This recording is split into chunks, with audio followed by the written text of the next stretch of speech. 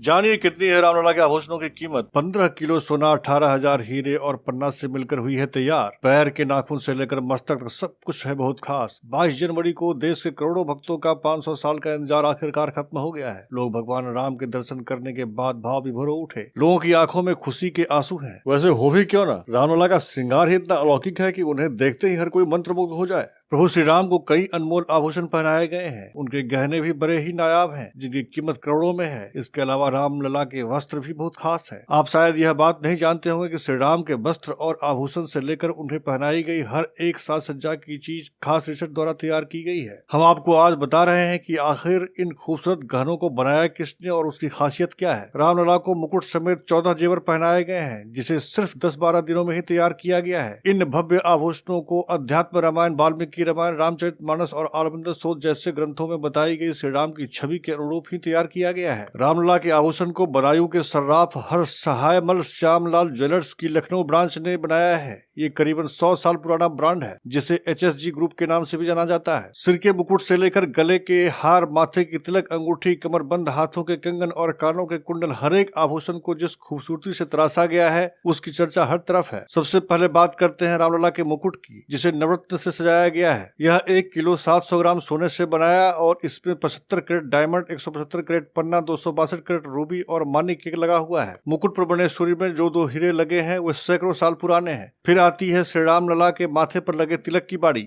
उनके माथे पर बनाए गए तिलक को मानिक और हीरे से बनाया गया है। रामलला के तिलक 16 ग्राम सोने का है और इसके बीच में 3 कैरेट हीरे और दोनों तरफ लगभग 10 हीरे लगाए गए हैं। हर रामनवमी के दिन ठीक 12 बजे सूर्य की किरणें तिलक पर नीचे से आएंगी और अगले 5 मिनट में ऊपर की तरफ होती हुई मुकुट की तरफ जाएंगी। रामलला के गले का हार भी बहुत खास है। उन्हें 108 सिक्कों वाला हार पहनाया गया है, जिसमें कई रत्न जड़े हुए हैं। इसका वजन 500 ग्राम है। इसमें 50 कैरेट के हीरे के साथ साथ 150 कैरेट के मानिक और 380 कैरेट का पन्ना जड़ा हुआ है। साथ ही हार के बीच में सूर्यवंशी लोगो है, जो मानिक और पन्ना से बनी फूलों से घिरा हुआ है। इसके अलावा भगवान का दूसरा हार पंचलड़ा है। पंचलड़ा का वजन 660 ग्राम है, जिसमें लगभग 80 हीरे, 550 कैरेट पन्ना लगाए गए हैं। इसमें कुल 5 लड़ियां हैं। ये लड़ियां 5 तत्वों को दिखाती हैं। रामलला की कमर को सजाने के लिए 750 ग्राम सोने का कमरबंद बना है, जिसमें 70 कैरेट हीरे जड़ित हैं और 850 कैरेट मानिक और पन्ना लगाए गए हैं। कमरबंद में छोटी छोटी 5 घंटियां लगाई गई हैं। इन घंटियों में मोती, मानिक और पन्ना की लड़ियां भी लटकी हुई हैं। इसके अलावा रामलला के बाजुओं के लिए 22 कैरेट गोल्ड के 400 ग्राम की बाजूबंद बनाए गए हैं। अब बारी आती है उनके कंगन की।